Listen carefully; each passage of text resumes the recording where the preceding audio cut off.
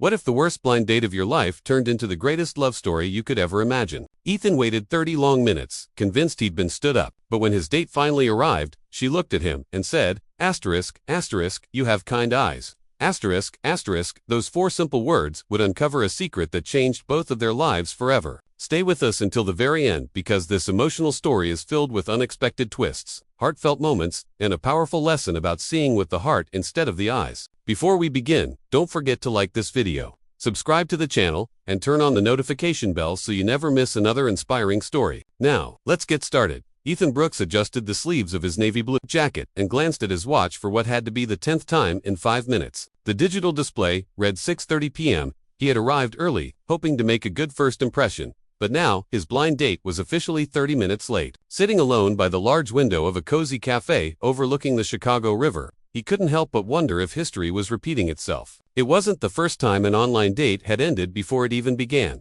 Outside, downtown Chicago buzzed with life. Office workers hurried toward the train station. Tourists stopped to photograph the Riverwalk, and the evening sun reflected beautifully off the glass skyscrapers. Inside the cafe, soft jazz music played while the rich aroma of freshly brewed coffee filled the air. Couples chatted happily around him, sharing desserts and laughter that only made Ethan feel more self-conscious. He sighed quietly and wrapped both hands around his untouched cup of black coffee. Maybe she had changed her mind after seeing his profile. Maybe she had found someone more interesting. Those thoughts weren't new. At 34, Ethan had built a successful career as an architect, designed award-winning buildings across Illinois, and earned enough money to live comfortably. Yet when it came to relationships, success always seemed just out of reach. His phone remained silent. No message, no apology, nothing. He smiled bitterly to himself. One more disappointment, he whispered. I should have known better. Just as he reached for his wallet, preparing to pay for his coffee and leave, the cafe door swung open. A cool breeze drifted inside, along with a young woman whose chestnut brown hair had been slightly tousled by the wind. She paused just inside the entrance, breathing heavily, as though she had been running. Her eyes searched every table before finally stopping on Ethan. Relief immediately spread across her face. Without hesitation, she hurried toward him. I'm so sorry, she said between breaths. The train stopped because someone had a medical emergency, and then my phone battery died before I could call you. Ethan studied her for a second. There was genuine worry in her voice, not the rehearsed excuse he had expected. He smiled warmly. You're here now, that's what matters. She let out a small laugh, obviously grateful he wasn't angry. I was convinced you'd leave. I almost did, Ethan admitted honestly, but something told me to wait another minute. Then I'm very lucky. I'm Ethan. She extended her hand. Emily Carter. The moment their hands met, Ethan noticed how calm she suddenly seemed. Her handshake wasn't rushed or nervous. Instead, it felt sincere, almost comforting. As they sat down, the waiter returned with menus. Emily apologized once more for keeping him waiting. I promise, I'm usually on time. I believe you, Ethan replied. The waiter offered to take their order, but they decided to start with coffee and cheesecake while they talked. For a brief moment, silence settled between them. Emily looked directly into Ethan's face, studying him in a way that felt unusually thoughtful. Most people glanced quickly before looking away, but she wasn't staring out of curiosity. It was almost as if she were trying to understand something deeper. Finally, she smiled. You have kind eyes. Ethan blinked in surprise. That's probably the most unexpected compliment I've ever received. Emily tilted her head slightly. Most people notice appearances first. I notice expressions. Your eyes tell me you're someone who carries other people's problems without complaining. Ethan laughed softly. That's oddly specific. Am I wrong? He hesitated before answering.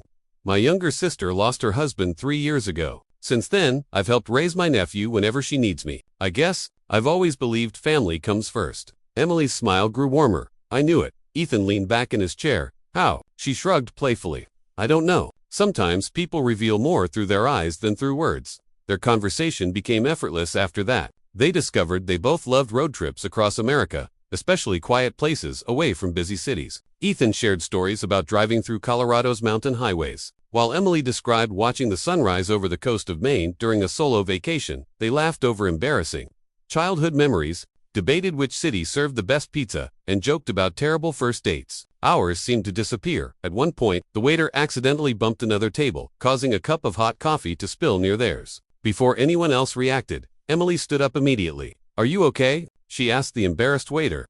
I'm terribly sorry, the young man stammered. It's only coffee, Emily replied with a reassuring smile as she grabbed extra napkins to help clean the floor. Nobody got hurt. The waiter looked relieved. Thank you for being so understanding. After he walked away, Ethan watched Emily with quiet admiration. Most people would have demanded a manager. Emily shrugged. Everyone has bad days. Something about her kindness felt completely natural, not something she did to impress him, but simply who she was. As darkness settled outside, rain clouds gathered over Chicago. Within minutes, heavy rain began pouring against the cafe windows. The streets quickly emptied as people rushed for shelter. When they finally stood to leave, Emily looked outside before turning toward Ethan. Would you mind walking me home? Of course, Ethan answered immediately. She hesitated before adding quietly, I don't like crossing busy intersections alone. Ethan noticed the unusual wording but didn't question it. Instead, he picked up his umbrella, smiled gently, and held the cafe door open for her. Neither of them realized that the short walk through the rainy streets of Chicago would uncover a truth. Neither had expected a truth that would completely change the direction of both their lives. The rain came down harder the moment they stepped outside, turning the streets of downtown Chicago into shimmering reflections of city lights. Ethan opened his large black umbrella and held it over both of them. Even though they had only known each other for a couple of hours, walking side by side felt strangely natural. Traffic rushed past on the wet streets, while pedestrians hurried toward buses and train stations. Emily stayed close to Ethan, moving carefully with each step. He noticed she wasn't looking at the traffic lights or reading the street signs. Instead, she seemed to listen more than she looked, paying attention to the sounds of passing cars and footsteps around her. As they approached the first busy intersection, Emily stopped. Could you tell me when it's safe to cross? She asked softly. Ethan looked at the traffic signal. Sure, we have the walk sign now. She smiled. Thank you. Halfway across the street, Ethan realized something unusual. Emily wasn't watching the road ahead. Her eyes were open, but they didn't seem focused on anything. Curious, he slowed his pace. Emily, yes? Can I ask you something? She nodded. You've been wondering all evening. He smiled awkwardly. Was I that obvious? A little. He hesitated. You said I have kind eyes, but you never really looked at them, did you? Emily stopped walking for just a second before letting out a gentle laugh. No. Ethan looked confused. I'm legally blind, she admitted quietly. I lost almost all of my vision when I was 16 because of a rare genetic eye disease. For a moment, the sounds of the city seemed to disappear. I'm so sorry, Ethan said instinctively. Emily immediately shook her head. Please don't be. I don't want pity. I didn't mean I know. She smiled warmly. Most people say they're sorry because they don't know what else to say. They continued walking beneath the umbrella. I can still see light, shadows, and blurry outlines, Emily explained. Faces are just shapes now. I can't read signs or recognize people from a distance. Ethan remembered how confidently she had walked into the cafe. Then, how did you find me? She laughed. I asked the hostess where the tall man in the blue jacket was sitting, and my eyes. Emily smiled again. I couldn't physically see them. Ethan looked at her in surprise. Then why did you say, I have kind eyes? Because before agreeing to meet you, I listened. Your voice messages. The way you talked about your family, the way you spoke to the waiter on the phone when our reservation was confirmed. People reveal themselves through their voices long before they reveal themselves through their faces. Ethan was speechless. For years, Emily continued, I've learned to notice things most people ignore. I hear patience. I hear anger. I hear kindness. That's what I meant. They walked another block in comfortable silence before Ethan finally spoke. I've spent my whole life worrying about how people see me. Emily smiled gently. And I've spent mine discovering who people really are. Her words stayed with him. When they reached her apartment building, Ethan noticed it wasn't a luxury high-rise but a modest brick building with a small community garden out front. Wind chimes hanging near the entrance swayed gently in the evening breeze. This is home, Emily said. Before Ethan could say goodnight, the building's elderly security guard stepped outside. There you are, Emily, he said with obvious relief. I was about to come looking for you. Emily smiled. I'm fine, Mr. Harris. The old man looked at Ethan and grinned. You must be the young man she's been nervous about meeting all week. Emily laughed. Slightly embarrassed, I wasn't nervous. Mr. Harris chuckled.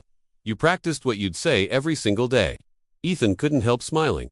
For the first time in years, he realized someone had been just as anxious to meet him as he had been to meet them. As Emily turned to leave, she reached into her purse and handed Ethan a small folded note. Don't read it until you get home, she whispered. Before he could ask why, she disappeared inside the building.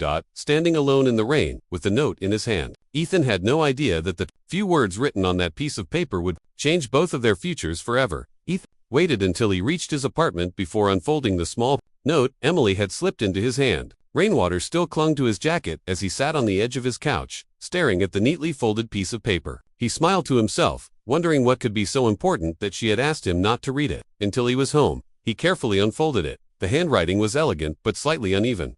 Dear Ethan. If you're reading this, it means you kept your promise and waited until you got home. Thank you. Tonight was special to me because you treated me like a woman, not like a disability. You never grabbed my arm without asking. You never spoke to me with pity. You never made me feel different. I don't know where this story will lead, but I'd like to see you again. If you feel the same.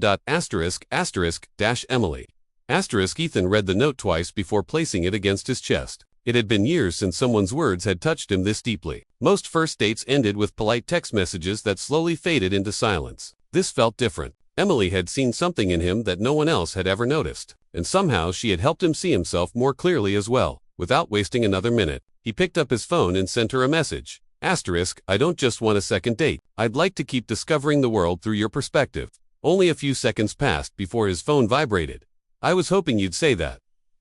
From that day forward, their relationship grew stronger with every passing week. They explored Chicago together, not in the way most couples did, but in a way that reflected who they were. Ethan described sunsets in vivid detail, while Emily taught him to appreciate the sounds he had ignored his entire life. The distant melody of a street violinist, the laughter of children playing in a nearby park, the rhythmic splash of waves against the lakefront, and even the comforting silence that existed between two people who truly trusted one another. Emily worked as a music teacher at a nonprofit center for children with visual impairments. Watching her interact with her students amazed Ethan. She remembered every child's voice, every favorite song, and every dream they shared with her. She never allowed her blindness to become an excuse. Instead, she transformed it into a source of strength that inspired everyone around her.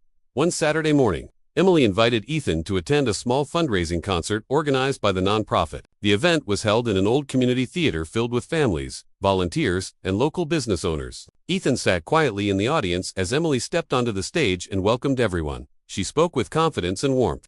We often think kindness changes only one moment, she said, but sometimes, one act of kindness changes an entire life. After the concert, the director of the nonprofit approached Ethan. Emily told me how patient you were on your first date. She said, most men never call her again after learning she's blind. Some assume she'll always need to be rescued. They never take the time to know her. Ethan shook his head. They're the ones who missed something extraordinary. Months passed, and autumn painted Chicago in brilliant shades of red and gold. Their families met. Holidays were celebrated together, and their love quietly deepened. Ethan's young nephew quickly became attached to Emily, often asking her to play piano while he sang along. She never missed a birthday, a school play, or a family dinner. One snowy December evening, Ethan brought Emily back to the same riverside cafe where they had met months earlier. The owner remembered them immediately and reserved the same table by the window. After dinner, Ethan led Emily outside to the Riverwalk. Snowflakes drifted gently through the cold air, covering the city in a peaceful white blanket. He took a deep breath. Emily, there's something I want you to see, she laughed softly. You know that's not exactly my specialty. He smiled. Then let me describe it. He told her about the lights, reflecting across the frozen river, the snow resting on the bridges, and the stars beginning to appear between the clouds. Then he knelt on one knee. There isn't a view in this world more beautiful than the life we've built together. Emily Carter, will you marry me? For a brief second, she covered her face as tears rolled down her cheeks. You'll have to tell me if you're holding a ring, she whispered through a smile. I am, then my answer is yes. Ethan slipped the ring onto her finger as people nearby applauded. A few strangers who had witnessed the proposal clapped and cheered, while the cafe owner stepped outside with 2 cups of hot chocolate to celebrate. A year later, they were married in a small lakeside ceremony, surrounded by family, friends, and many of Emily's students. During the reception, Ethan gave a short speech that left everyone silent.